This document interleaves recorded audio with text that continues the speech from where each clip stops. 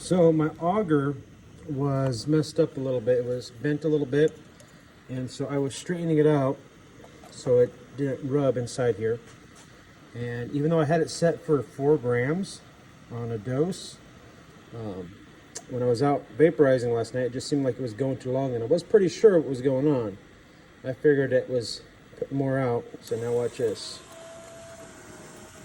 Haven't changed any of those settings. Look at that, 7 grams a dose. That's why it was taking me around 35 seconds to actually blow that all out. Maybe 40 seconds, somewhere right around there. Makes a lot of sense why it was taking so long.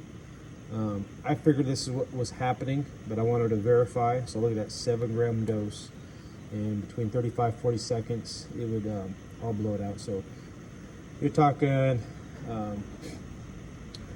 yeah, let's just say average 40 seconds, because I got I think my time is set to 3.2 seconds.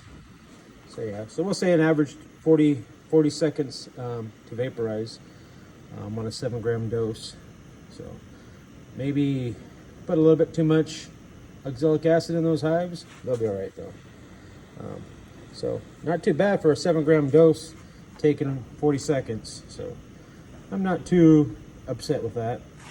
Let's hit it again, see what we got here. Whoa, that's gonna be a little more. We're gonna fall down with it. So yeah, pretty close. 14. Hit it again. Good. Almost 7.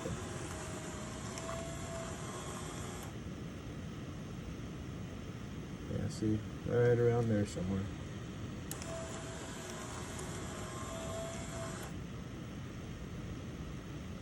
Pretty good. So I'm going to turn it down a little bit.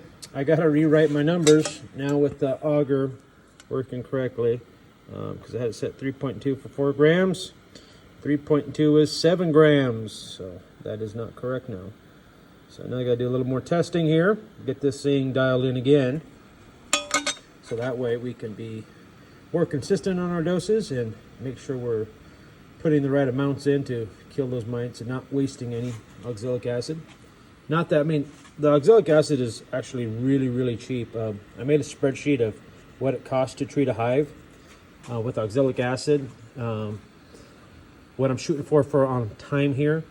I mean, it's a big difference from going, let's say, to Apivar strip to this. I mean, this is more labor intensive for sure. But if you're doing treatments every 3 days, let's say you do it for seven doses that way, you're still way cheaper than putting in the Apivar strips. And as you've seen, people lately have been having some problems with Apivar strips. I'm not saying that oxalic acid is the best way to go, but it definitely is one of the cheapest ways to go, even counting labor involved in treating your hives. So I'm gonna be doing a lot more testing, just doing oxalic acid on some hives here in the future, and see how I can keep my hives, the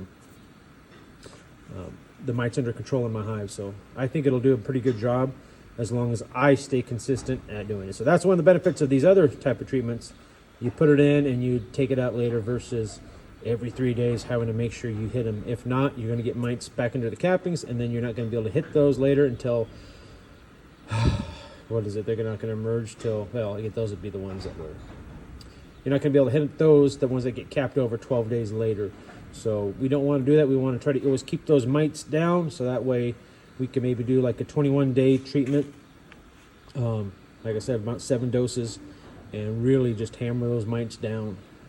So that's the goal. Now let's get this all dialed in again for tonight.